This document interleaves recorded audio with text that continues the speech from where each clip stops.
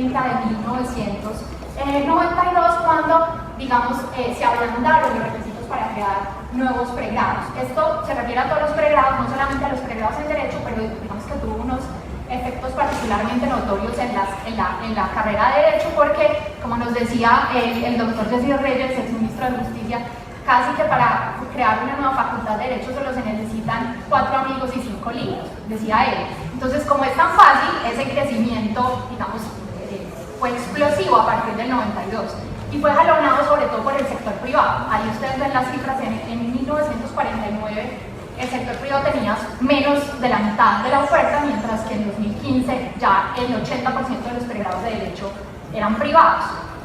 Y en los últimos años, digamos, ha sido muy difícil seguir controlando ese crecimiento, al punto de que entre 2007 y 2015 se crearon en promedio 3 pregrados de Derecho nuevos por semestre. Ustedes pueden, pues, conseguir 6 buenos profesores de obligaciones por año, 6 buenos profesores de familia, o el mismo profesor entonces multiplicado, dando clases en tantas facultades. Entonces, ahí empieza uno a incluir la precarización de la calidad de la educación. Y aquí hay unas cifras, digamos, que dan cuenta de lo que acabo de decir. Entonces, mientras entre 1974 y 1973 la cifra permaneció más o menos estable, ustedes ven que a partir del 93, que es cuando empieza como la implementación fuerte de la ley 30 del 92, pues ahí sí hay clarísimamente como un crecimiento exponencial de las facultades, al punto de que en 2017 eran 190, no tengo el dato de cuántos son ahora, pero si el promedio sigue como iba, podríamos estar cerca a las 200 facultades de Derecho en este momento.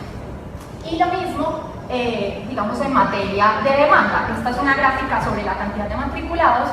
Entre 2001 y 2015 se dobló la cifra de matriculados, jalonada nuevamente por el sector privado, que es la línea gris clara continua, ¿cierto? Entonces, hay un crecimiento, digamos, lo que identificamos era que había un crecimiento claro, tanto de oferta como de la demanda. ¿Quieres agregar algo? Bueno, entonces, digamos, ya con este diagnóstico un poquito desolador o por lo menos preocupante, quisimos ver como, bueno, entonces, ¿cómo hacemos para entender esa oferta tan amplia que hay? ¿Cómo hacemos para caracterizarla? Y, digamos, nuestra intención siguiente fue tratar de crear algunas categorías que nos permitieran caracterizar con mayor detalle todos esos 178 pregrados que se ofrecían en el 2015. Entonces, los tratamos de estudiar en términos de 2 variables, en términos de calidad y en términos de costo. Aquí un comentario que sale siempre naturalmente es ¿qué es calidad? Es la cantidad de profesores, es qué tan críticos son los estudiantes, es los recursos de la biblioteca, de la universidad. En fin, esto es un criterio discutible y que podemos conversar ahorita, pero digamos que los criterios más o menos más objetivos y más cuantificables que nosotros encontramos fue la acreditación de calidad que reciben los programas y las universidades y los resultados que los estudiantes obtienen en las pruebas Saber Pro. Nuevamente podemos volver sobre eso, pero esos fueron los que nosotros tomamos como base. Y por otro lado quisimos catalogar los pregrados en términos de costo, o digamos de nivel socioeconómico. Y ahí en lo que nos fijamos fue en el costo de la matrícula de cada pregrado y en el estrato socioeconómico promedio de los estudiantes de cada pregrado. Entonces, con estas 2 variables surgió esta tipología. Entonces, ustedes ven, lo que hace este cuadrito es cruzar las 2 variables que acabo de mencionar. Entonces, encontramos que había unos pregrados que hemos llamado de élite privada, que son los que tienen un alto costo y también ofrecen una educación de alta calidad. Luego está la élite pública, que tiene matrículas de bajo costo y sus estudiantes tienen un nivel socioeconómico tendencialmente bajo, pero que ofrecen una altísima calidad. Luego están los que hemos llamado, digamos que no son de élite, la no élite de alto costo, y finalmente la no élite de bajo costo, es decir, programas que tienen costo bajo y también una calidad baja, según los criterios que acabo de explicar. Entonces, con esa tipología lo que encontramos fue que los 178 pregrados en Derecho se repartían así como en esa gráfica. En la categoría de élite privada encontramos que había 15 pregrados privados donde estudiaban el 12% de los estudiantes de Derecho y que tenían una selectividad económica alta, es decir, ahí estudian, en esos 15 pregrados, estudian estudiantes de clase alta. Puede haber algunos becados, pero digamos que la tendencia general es que estudia la clase alta de, digamos, la educación jurídica. Y en esos pregrados hay una baja selectividad académica. ¿Qué significa eso? Que la mayoría de personas que aspiran a entrar logran ingresar al programa. No mucha gente se queda excluida, se queda fuera. Si tú tienes con qué pagar la matrícula, ingresas, básicamente. Luego está la élite pública, y ahí encontramos que había 5 programas oficiales. Entre ellos está el programa de Derecho de la Universidad de Antioquia, sede Medellín. Entonces es un programa de altísima calidad, pero que, digamos, al cual acceden estudiantes de un nivel socioeconómico medio o bajo y con costos de matrícula también muy bajos. Y en este caso, al contrario, la selectividad académica es muy alta. Como ustedes bien saben, solo logran ingresar un porcentaje muy bajo de quienes aspiramos. Luego está la categoría de no élite de alto costo, donde encontramos 30 pregrados privados, ahí está el 14% de los matriculados, y ahí pues las matrículas no son tan caras como en los de la élite privada, pero digamos que sí son de todos modos caras, digamos para la mayoría de ciudadanos colombianos, y la selectividad académica es baja, o sea, también consigue ingresar la mayoría de los aspirantes. Y por último, donde se ubica el grueso de la oferta y la demanda de educación jurídica son los programas, que no son muy caros y que no son muy buenos. Entonces ahí hay 128 pregrados con el 71% de los matriculados, la selectividad económica es baja y también consiguen entrar la mayoría de los aspirantes. Digamos un poco la conclusión que nosotros sacamos de esto es que, primero, que los estudiantes de distintas clases estudian separados, ¿cierto? Entonces la clase alta por un lado, la clase baja por otro lado, y que además reciben calidad, una educación de calidad dispar, ¿cierto? Y entonces, digamos, esto lo que muestra es que hay un fuerte sesgo de clase, que hay una segregación en la educación jurídica que hace que la posibilidad de recibir una educación jurídica de alta calidad esté fuertemente predeterminada por la clase social y por el nivel socioeconómico de un estudiante, porque si tú tienes mucho dinero, puedes pagar las matrículas de la élite privada y eso te garantiza una educación de alta calidad, pero si no tienes ese dinero, tienes que pasar el filtro durísimo de la élite pública, que muy poquitos lo superan. Y entonces, si no logras entrar ni a la élite privada ni a la élite pública, pues casi que te ves forzado a entrar a la oferta de baja calidad. Pero además, esto es en la educación superior y en el caso específico del derecho. Pero si este fenómeno estuviera concentrado o confinado a las facultades de derecho, pues sería grave, pero no sería tan grave. El problema es que este fenómeno es muy generalizado en toda la educación superior, y el problema más grave todavía es que es un problema que viene desde la educación básica.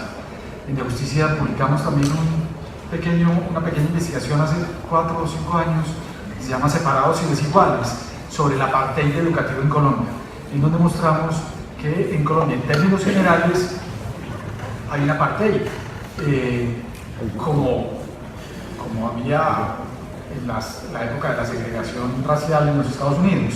Es decir, las clases sociales, aquí no hablamos de raza, pues como en la segregación racial, hablamos de clases sociales. Las clases sociales reciben un servicio público de manera separada, es decir, cada uno por su lado, cada clase recibe un servicio público, y la clase alta recibe un servicio público mejor, y la clase baja un servicio público mucho menos, de menor calidad.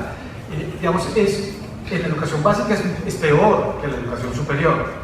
Es más grave todavía que desde la educación básica exista ese apartheid educativo.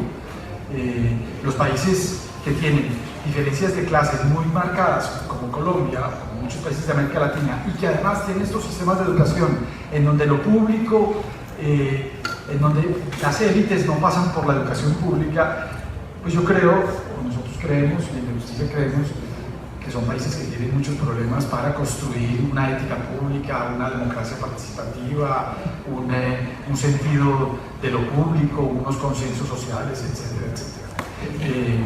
Entonces este problema es grave, pero es más grave todavía si se tiene en cuenta que es un problema enquistado dentro de un problema de muy larga data que comienza con las guarderías.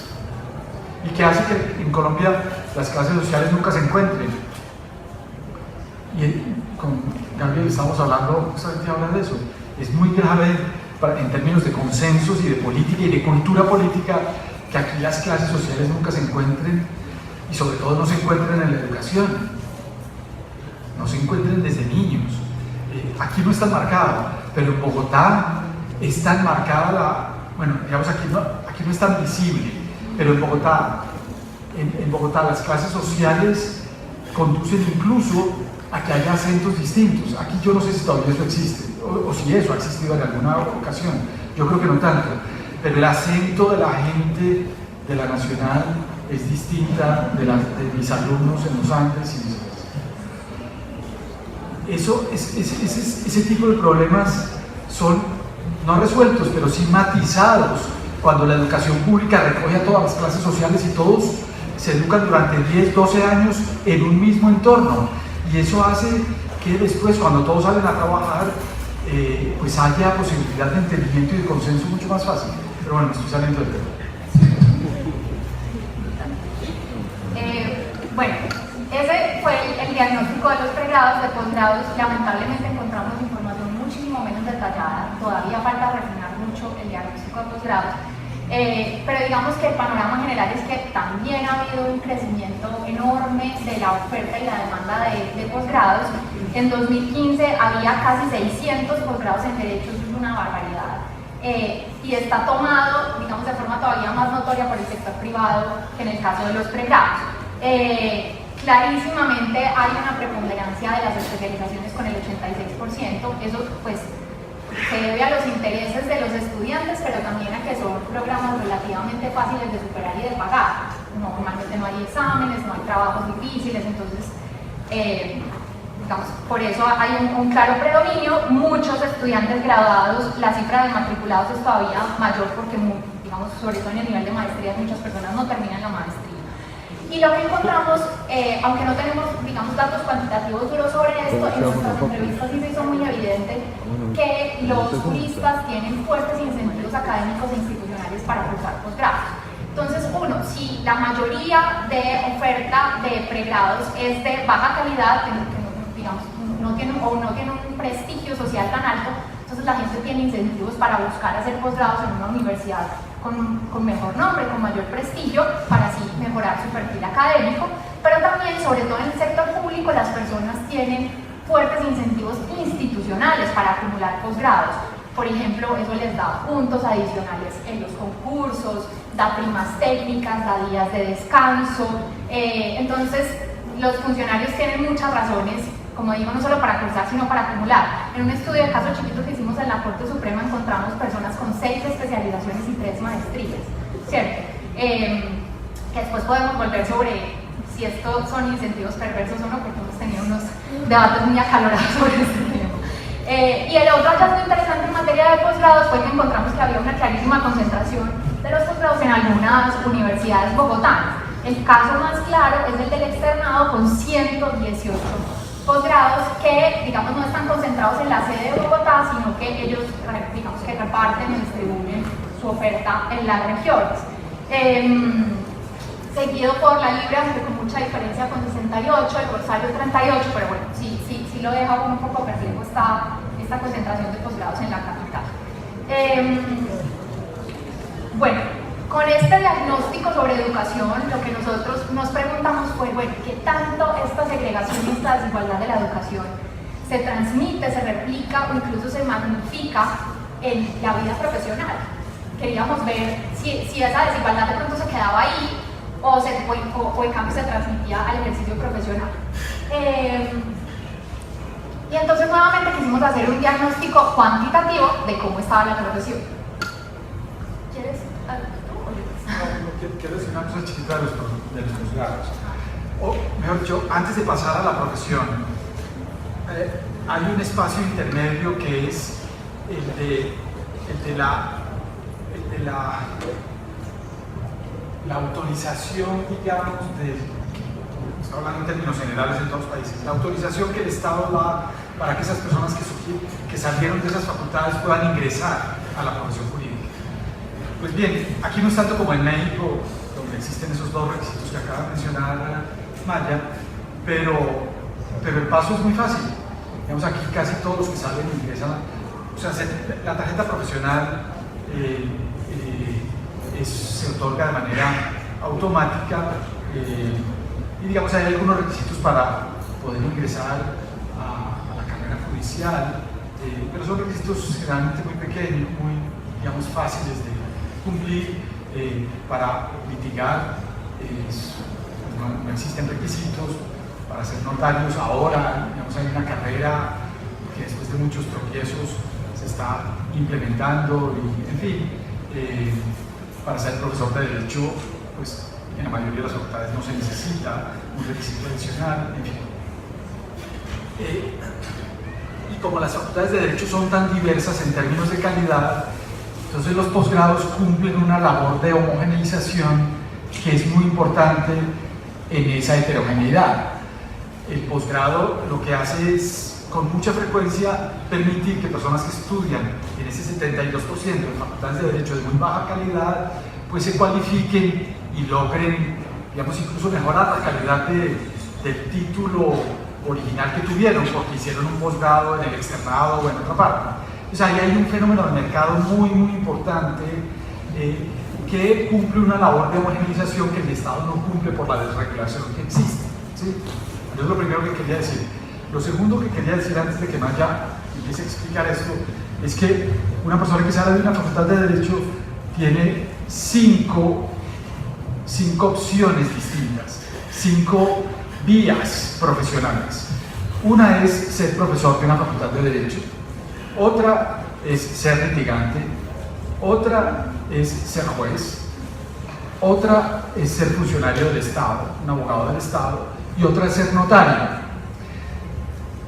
En los países desarrollados, esas 5 vías están no solamente claramente delimitadas, sino que son casi que irreversibles. Una vez uno se mete por una vía, pues se queda en esa vía, un poco como le pasa a los médicos. El tipo que se dedica o que se especializa en cardiología, pues estudia tantos años ese tema que finalmente, pues después de 10 años no se vuelve dermatólogo y viceversa, se queda de cardiólogo. Como en Colombia es tan fácil pasar de una a otra, pasar de litigante a profesor y de profesor a juez y de juez a litigante, más tarde hablaré un poco de esto, pero como es tan fácil todo el mundo puede ser todo casi que a la vez, o en un año una cosa, en el año siguiente otra, etcétera, etcétera. Entonces hay una indiferenciación muy grande de todas estas profesiones, pero de eso hablaré un poco más adelante. Bueno, pero sí, Mauricio ya anunció como parte de esta diapositiva y es como, claro, si hay este fuerte crecimiento de la educación jurídica, claramente eso, si no hay filtros para ingresar a la profesión, entonces pues también ha aumentado clarísimamente la cantidad de abogados en Colombia. No hay colegiatura obligatoria y apenas hace un mesecito, con la ley 1905 del 2018, empezó el examen de Estado para los que se matriculen a partir de ahora.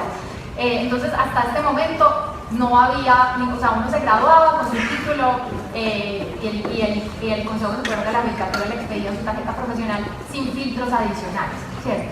Entonces, claro, todo este crecimiento que vimos de la educación jurídica se ha trasladado casi que automáticamente a las personas habilitadas para ejercer el derecho y para representar a otras personas, con la gravedad que eso implica. Entonces, por ejemplo, en 1987 se expidieron 2.918 tarjetas y en 2014 ya eran casi 14.000.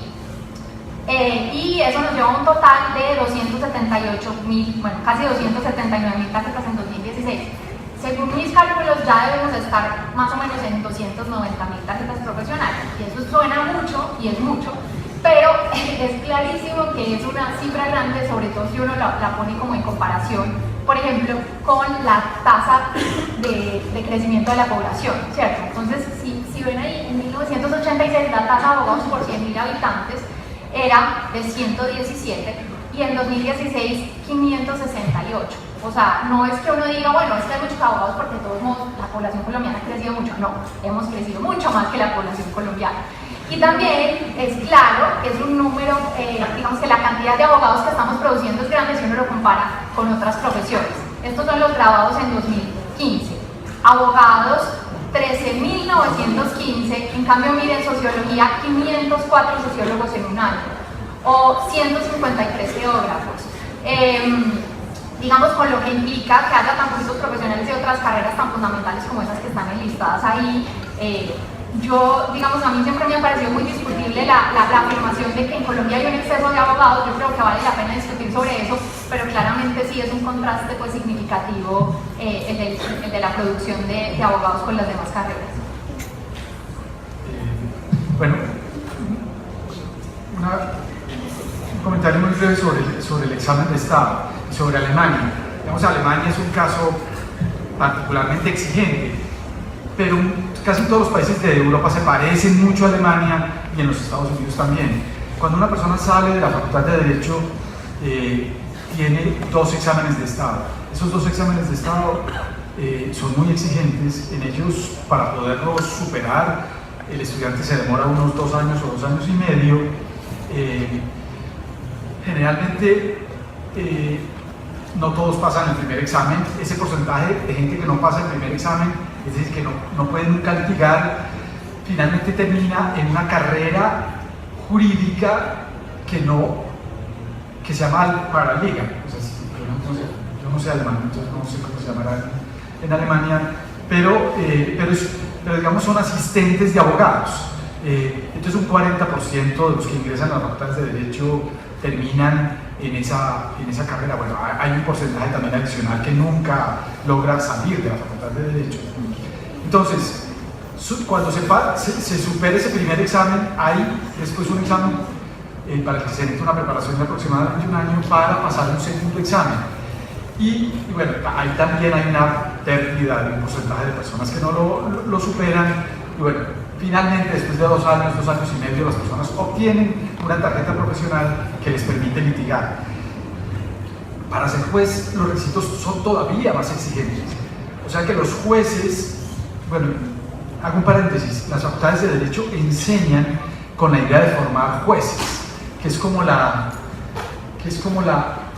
paradigma del jurista.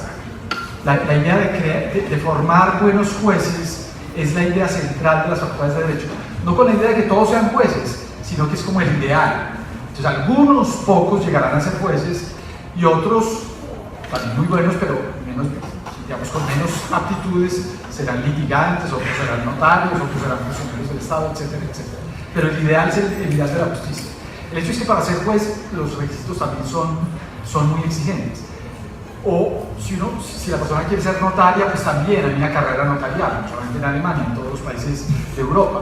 En fin, existe en los países desarrollados lo que mencioné ahora, una carrera adicional para ingresar a cada una de las subprofesiones. No un ingreso automático a las subprofesiones, sino una carrera adicional. Yo tal vez creo que deberíamos... Sí, pero ¿qué tenemos?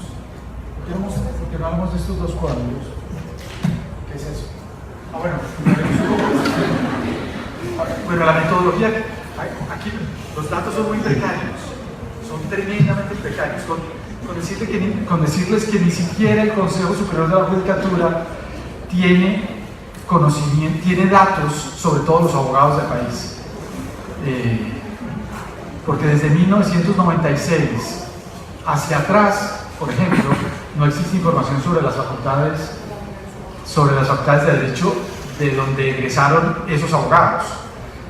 Se supone que la mayoría de esos abogados egresó de universidades públicas, porque hay, bueno, por lo menos la mitad de universidades públicas, o en todo caso de universidades de calidad. Que es otra cosa que es importante decir. Digamos, hace 50 años las facultades de Derecho no estaban masificadas y todas tenían una calidad parecida. El Externado, la Bolivariana, el Rosario, la Nacional, la de Antioquia, y no, digamos, el derecho no estaba masificado. Y, digamos, los abogados hacían parte como de una élite profesional junto con los curas y los médicos, digo yo. Pero, digamos, ser cura, médico o abogado era como lo típico en esa época, y digamos no había tanta diferencia entre las profesiones. es a partir de los años 60 y 70 que la educación pública se empieza a masificar y sobre todo el derecho particularmente se empieza a masificar y no solamente a volver más masivo y masificado, sino a volver muy heterogéneo. Entonces, bueno, decía que la información es muy precaria.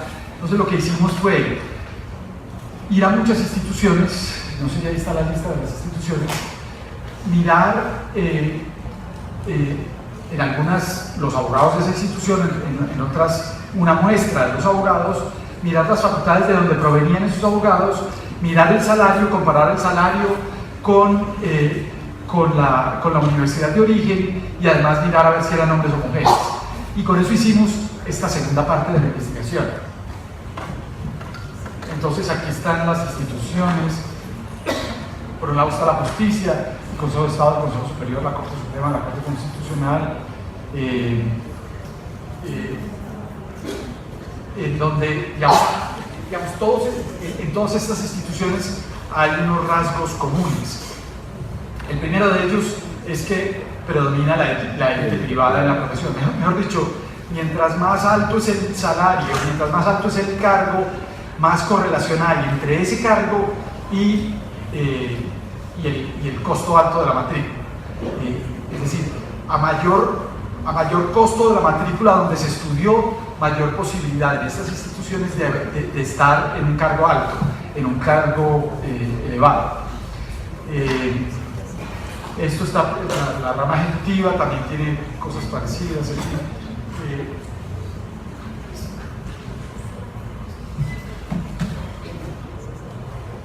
¿Por qué no vamos a esta primera? Bueno, esta es... aquí hay miren esta gráfica.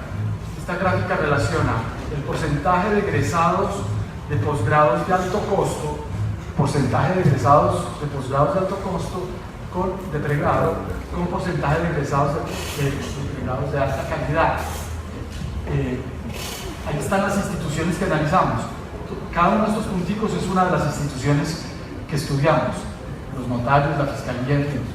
Miren el contraste que hay entre los bufetes de abogados, en donde el porcentaje de egresados de pregrados de alto costo es grandísimo, casi que el 100%, y está correlacionado con el porcentaje de pregrados de alta calidad, casi el 100%, el contraste que hay entre ellos y los notarios. O sea, hacen parte de la misma profesión, pero son como si vinieran de mundos distintos. Yo quisiera mostrar la gráfica que sigue. Esta me parece todavía más impresionante. Miren esta gráfica con cuidado. En esta gráfica se correlaciona el costo de la matrícula del pregrado, estamos en lo mismo, es lo mismo del anterior, el costo de la matrícula del pregrado. Los Andes, ¿cuánto es? 15 millones y una universidad como la de Antioquia, yo no sé cuánto, 500.000 pesos. El costo de la matrícula, o eso era antes. ¿Ah? Bueno, por un lado y por otro lado está el promedio de egresados de las cúpulas burocráticas. O sea, esto correlaciona lo que el estudiante pagó por su carrera de derecho y el porcentaje de egresados de cada una de las universidades estudiadas en las cúpulas de las instituciones. Entonces miren esto. ¿Ahí se ven los colores o no? Bueno, no hay un... Bueno,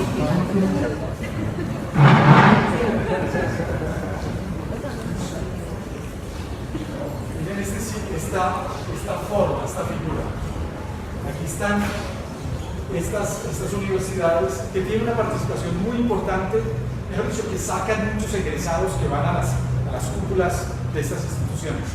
Muchos de los altos funcionarios del Estado vienen del Rosario, de la Javeriana, del Senado, de la Santo Tomás. Esto es una gráfica reciente. Si hubiéramos hecho una gráfica de hace 40 años, la distribución habría sido totalmente distinta. Y aquí seguramente en esta figura había muchas facultades de universidades públicas. Ahora no, ahora son estas. Pero lo que yo quiero que miren es el contraste entre estas universidades y estas privadas de altísimo costo. los Andes, la Sabana, la Sierra Arboleda, la Bolivariana, etc. Son universidades, o sea, esta es la élite que más paga por sus estudios y que menos se interesa porque sus egresados vayan a las cúpulas del Estado.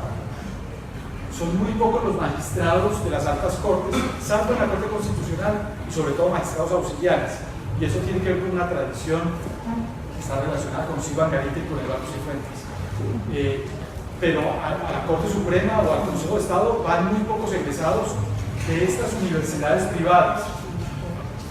Y del otro lado está la Universidad Libre, que es una universidad, digamos, que no tiene índices muy altos en términos de calidad, ni tampoco de costo, y que a través de una cantidad de redes y digamos que tiene una tradición de formar gente que va a las cúpulas sociales, a las cúpulas de las instituciones estatales. Entonces, digamos que es lo interesante y lo preocupante. Bueno, por otro lado están las universidades públicas, que tienen poquísima participación en la formación de las élites del Estado, muy poca participación, y que son de muy bajo costo. Entonces están colapsadas en este rincón de inferior izquierda. Lo que es muy preocupante de esto es que la educación de mejor calidad de las privadas no se interesa por lo público. Y la universidad pública, que sí se interesa por lo público, no llega a las élites. Y estas universidades funcionan sobre todo por redes, no quiero decir clientelistas, pero casi, por redes, digamos, por contactos de acceso a las altas cortes, pues tiene una participación elevadísima, del 16-18%. Esto es una situación dramática. Hace 40 años la situación no era así. Hace 40 o 50 años y estaban las universidades públicas. Y es probable, creo yo, que el externado y los Andes tuviera más participación y más interés en el externado, en la educación de las élites públicas. Entonces, digamos, parte de lo que nosotros quisimos hacer es mostrar que esto se parece a la educación básica, donde hay un apartheid educativo, es decir, los ricos estudian con los ricos estudian con los ricos y los pobres con los pobres. Es una caricatura, pero algo de cierto hay unas caricaturas. Y entonces es un apartheid.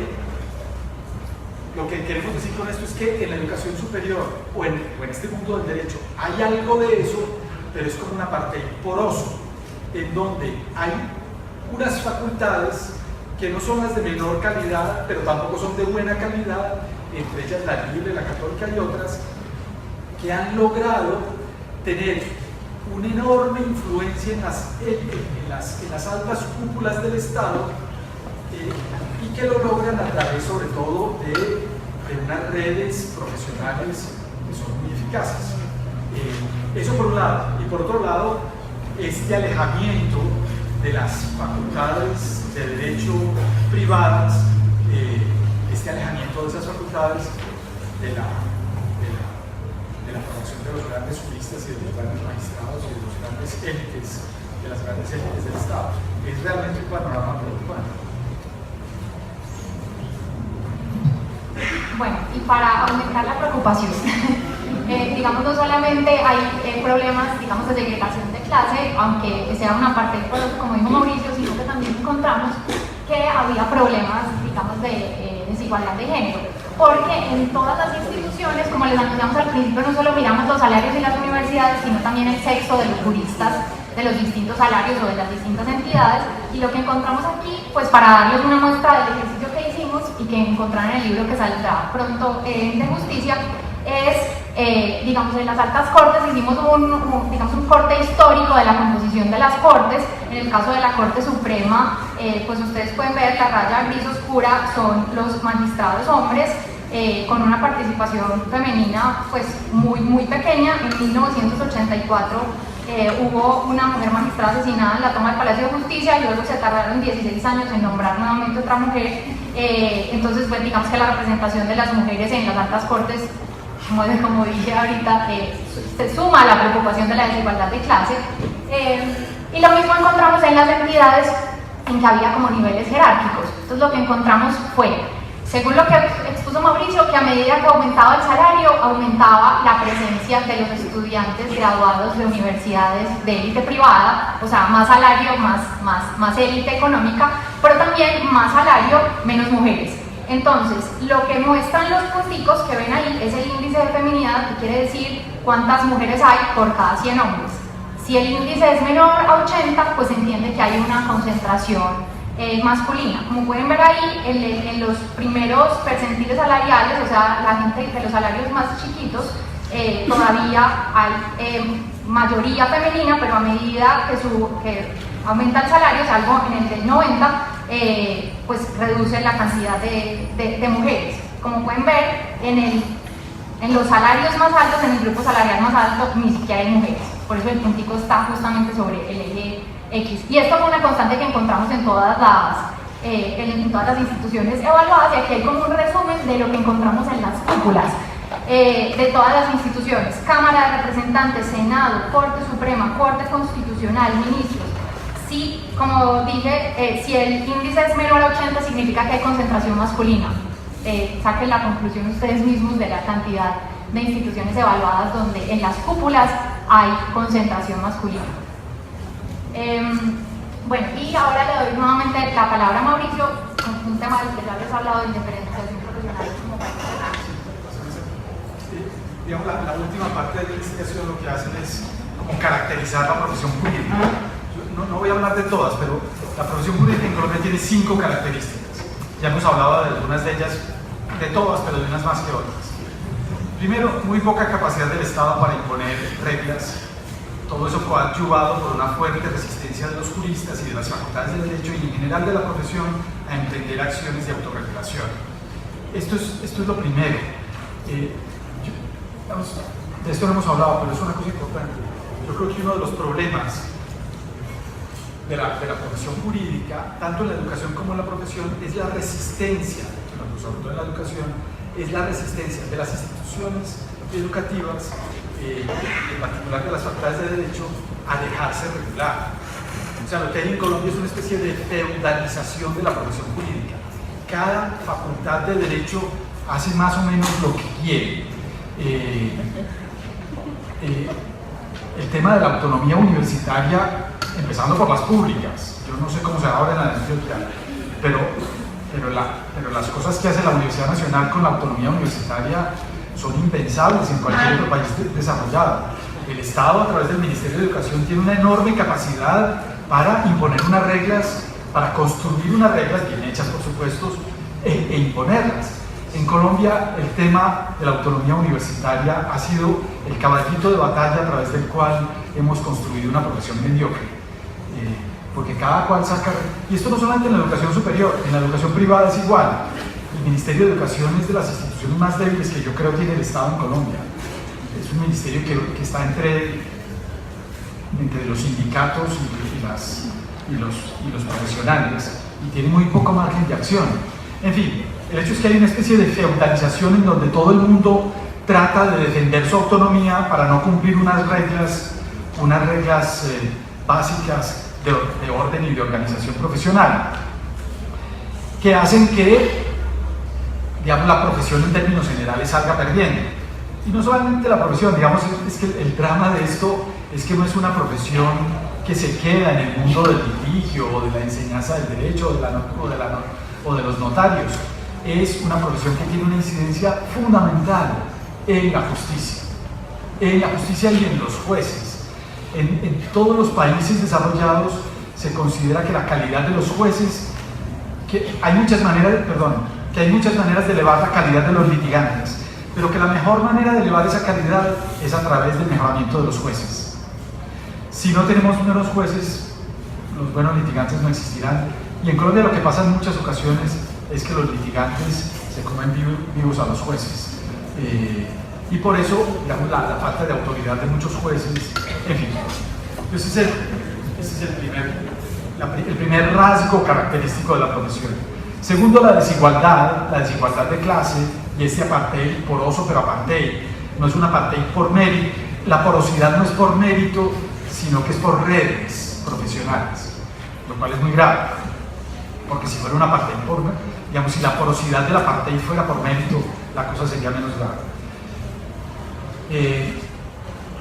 Un apartheid de la educación reproducido en el nivel profesional, la feminización con techo de cristal de que acaba de hablar Maya, y finalmente una profesión dominada por el litigio, que es una característica muy latinoamericana, no solamente colombiana, muy latinoamericana, que es la enorme importancia que tienen los litigantes en todos los ámbitos de las 5 subprofesiones del derecho. Los litigantes son muy importantes en las facultades de derecho. Yo no sé cómo será aquí, pero sobre todo en ese 72% de facultades de baja calidad, los litigantes son predominantes e imponen el curso y el sentido de la enseñanza del derecho. Son muy importantes en todas las otras profesiones. Y esto tiene mucho que ver con la puerta giratoria, de la que hablaba hace algún momento. Yo creo que el avance de la profesión jurídica en Colombia tendrá mucho que ver con la posibilidad de imponer reglas, de que haya reglas para salir de la facultad de Derecho e ingresar a la profesión, y para ingresar a cada una de las subprofesiones, reglas muy estrictas. Si no hacemos eso, digamos, ese es el punto de partida, y eso tiene que ver con limitar la autonomía universitaria y muchas otras cosas. Eso es lo fundamental, pero tiene que haber reglas también muy estrictas para el ejercicio profesional. En Colombia, como decía yo ahora, las personas pasan de una subprofesión a otra con mucha facilidad, empezando por las facultades de Derecho.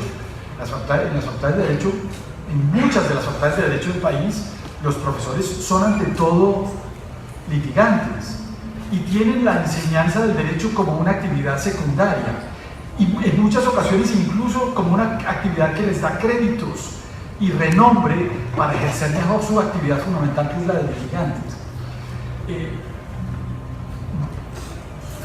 Yo creo que el avance de la profesión jurídica tiene que ver con que paulatinamente, y esto tomará años, quizás décadas, haya una profesionalización del profesor de derecho. Yo no creo que haya que excluir a los litigantes, pero esa debe ser una profesión mínima. La profesionalización del profesor de derecho es algo que tenemos que ir logrando poco a poco y en muchos años, porque eso tarda mucho tiempo, porque los profesores finalmente tienen que hacer doctorado. Así como el juez tiene una carrera judicial para llegar a ser juez, y el notario una carrera notarial para llegar a ser notario, el profesor tiene una carrera profesoral para ser profesor de derecho, que es el doctorado. El doctorado es el curso normal en las carreras en la profesión jurídica, es el curso normal para ser profesor de derecho. Repito, eso no se puede lograr de un día para otro, en fin. Pero más grave que eso, mucho más grave que eso, es la posibilidad de que muchos abogados, litigantes, terminen no solamente pasando por el Estado, sino regresando al litigio. Y tal vez el ejemplo más notorio que ustedes tienen en mente seguramente es el del fiscal. El fiscal tiene una de las oficinas de abogados más importantes del país, que sigue existiendo porque esa oficina sigue funcionando en manos de su hijo, y entonces el fiscal es fiscal de día y de noche conversa con su hijo sobre los negocios que llevan en la oficina. Y digamos, en muchos países, en los países anglosajones, es normal que los jueces hayan pasado por el litigio previamente. Lo que nunca existe es que se devuelvan. O sea, el que es juez ha pasado por el litigio probablemente, pero se queda en juez y ahí termina su carrera. Ahora, esto no ha sido mal visto en Colombia. Esto es otra de las cosas que hay que hacer, porque esto no es mal visto. Digamos, lo primero que tenemos que hacer es que esto empiece a ser mal visto. Es decir, que los grandes litigantes del país sean funcionarios públicos y después se devuelvan. Que además es una cosa que pasa en todas las cortes. Todos los magistrados terminan su carrera y vuelven a sus oficinas de abogados. eso no es mal visto, hay una prohibición de 2 años de volver a litigar, pero hay digamos, mucha flexibilidad. Hay que lograr que los altos cargos, que los magistrados terminen como magistrados y que eso sea o vitalicio o sea ya en una época muy tardía de su vida profesional para que no se devuelvan, pero eso es pernicioso. Digamos, no tengo tiempo de señalar todas estas pasarelas o estas puertas giratorias, solo mencioné 2 en las facultades de Derecho y en el caso de los magistrados, pero hay muchas otras, pero esa es una de las cosas que tenemos que lograr hacia el futuro, es decir, profesionalizar las subprofesiones jurídicas, profesionalizar la carrera de notario y no cuando uno, esto se ve muy claro en las ciudades intermedias, qué sé yo, o cualquier ciudad al azar, Montería o Calarcá o Pereira. En esas ciudades hay un maridaje muy complicado entre los jueces, los profesores de derecho, los notarios, los litigantes, todos pasan por todos los cargos en el curso de su vida y no hay una diferenciación, y esa falta de diferenciación, creemos nosotros, tiene mucho que ver con muchos problemas, no solamente de calidad, sino de corrupción. Y esa es una de las cosas que hay que lograr. Pasarán años, quizás décadas, antes que logremos eso. Pero todo esto que hemos mostrado es como una señal de alarma de que ya es hora de que empecemos a reformar la profesión jurídica y que acabemos con esta feudalización en donde cada una de las facultades solo se mira el ombligo, cada una de las facultades solo está interesada en sus propios egresados y en su propia educación, y empecemos a mirar, yo estoy seguro que aquí hay decanos, empecemos a mirar el tema de la profesión jurídica como un tema de profesión y como un tema público, no como un tema simplemente de universidad o de facultad. No, pues ya, para cerrar, ¿cierto? Que digamos nosotros después de esta investigación y de encontrarnos con un panorama que para nosotros fue más o menos desolador en Colombia, quedamos un poquito con una obsesión con el caso de Alemania.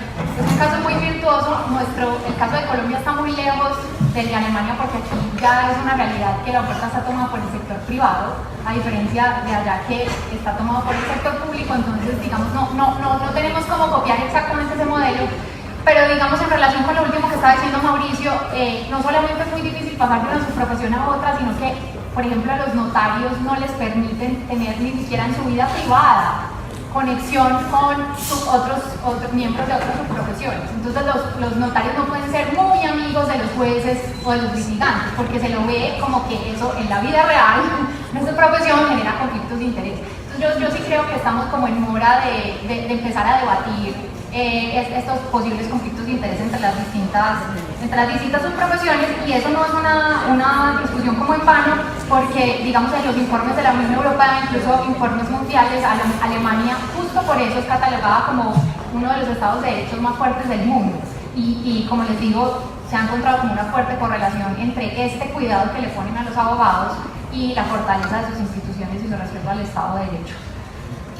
Pero, digamos, con esto no queremos decir que nosotros, o sea, que no se quede la idea en este auditorio que nosotros vinimos a decir aquí que lo que queremos es que Colombia se vuelva como Alemania, ni mucho menos. O sea, simplemente ponemos el caso de Alemania porque es un caso paradigmático muy parecido al de los países desarrollados, y simplemente para contrastarlo con Colombia. Podríamos haber escogido Bélgica, Luxemburgo, Francia, Italia o los Estados Unidos o Canadá, cualquiera uno de esos países, y podríamos haber simplemente tomado unos rasgos generales de esos países. Nuestro interés es el contraste, es simplemente decir que la vía que hemos tomado, y no solamente en Colombia, en América Latina, ya dijimos que el caso de México es peor que el colombiano, hemos tomado en América Latina un curso que no es ineluctable, que no es el único posible, que no es el necesario. Hay otras maneras de construir una profesión jurídica, hay otras maneras de relacionar las facultades de derecho con la profesión jurídica, y esas maneras, creemos nosotros, son más virtuosas y están más en sintonía con un Estado social de derecho fuerte y con una democracia fuerte.